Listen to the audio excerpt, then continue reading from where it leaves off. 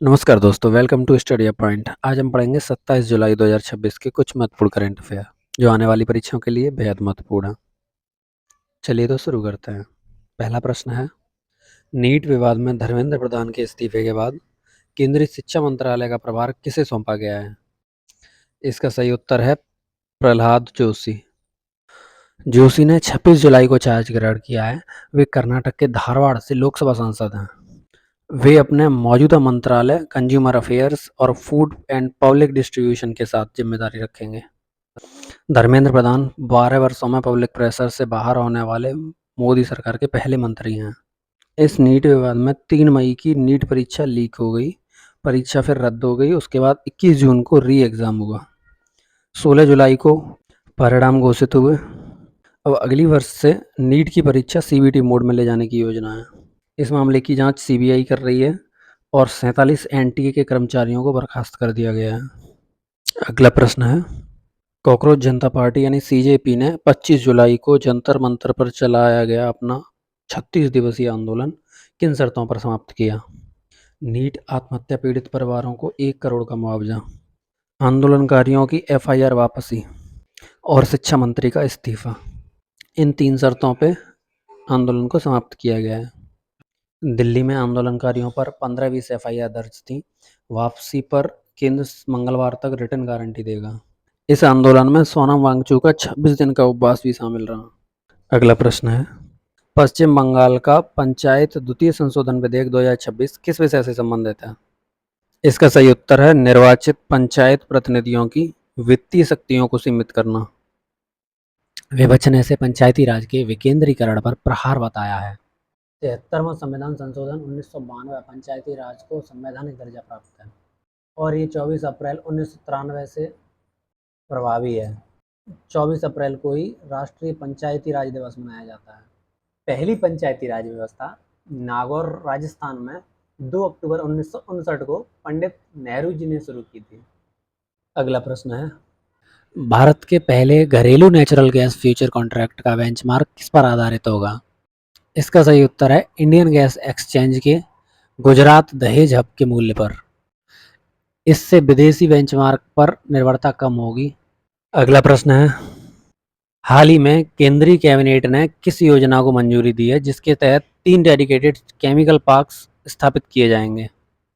इसका सही उत्तर है भव्या रसायन स्कीम। भव्या की फुल फॉर्म है भारत औद्योगिक विकास योजना रसायन। इसका लक्ष्य घरेलू केमिकल मैन्युफैक्चरिंग को बढ़ावा देना है और आयात पर निर्भरता कम करना है। अगला प्रश्न है, पीएम मोदी ने मन की बात में किस मोटरसाइकिल रैली का उल्लेख किया है जो नेशनल वॉर मेमोरियल से द्रास तक आयोजित हुई? इसका सही उत्तर है शौर्य विजय यात्रा। ये रैली कारगिल विजय दिवस 26 जुलाई के अवसर पर निकाली गई और शौर्य विजय दिवस का संदेश one ride one nation one salute था। नेशनल वॉर मेमोरियल नई दिल्ली में 2019 में बना और मन की बात की शुरुआत 3 अक्टूबर 2014 से हुई और लद्दाख के द्रास में कारगिल वॉर मेमोरियल स्थित है। अगला प्रश्न है, ग्लासगो कॉमनवेल्थ गेम्स 2026 में men's 60 kilogram weight lifting final में रजत पदक जीतने वाले भारतीय लिफ्टर कौन है?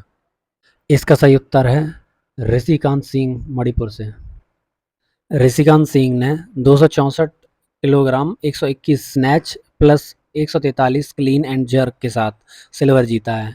कॉमनवेल्थ गेम्स में ये भारत का दूसरा पदक है। पहला भारतीय पदक झंडू कुमार ने heavy weight para power lifting में ब्रॉन्ज मेडल जीता।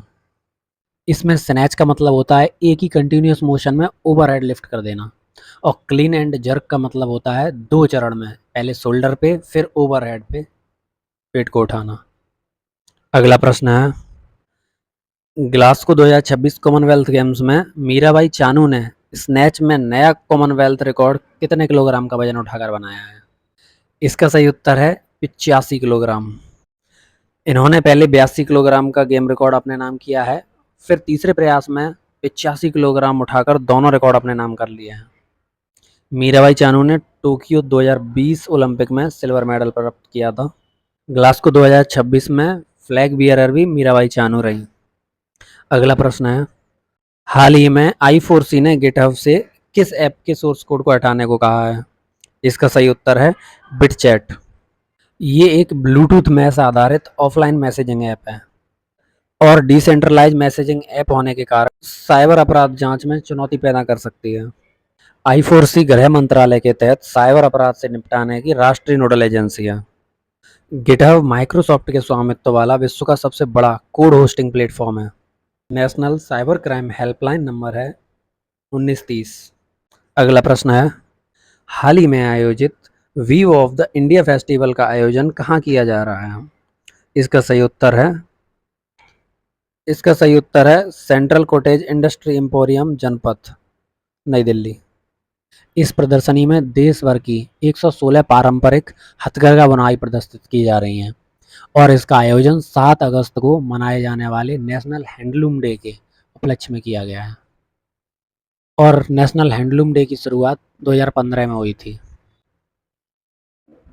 बनारसी, कांचीपुरम और संबलपुरी जैसी कुछ हथकरघा बुनाइयों को जीआई टैग भी प्राप्त है। अगर आपको ये वीडियो पसंद आई हो तो वीडियो को लाइक करें, स्टडी पॉइंट चैनल को सब्सक्राइब करें और दोस्तों के साथ शेयर करना ना भूलें।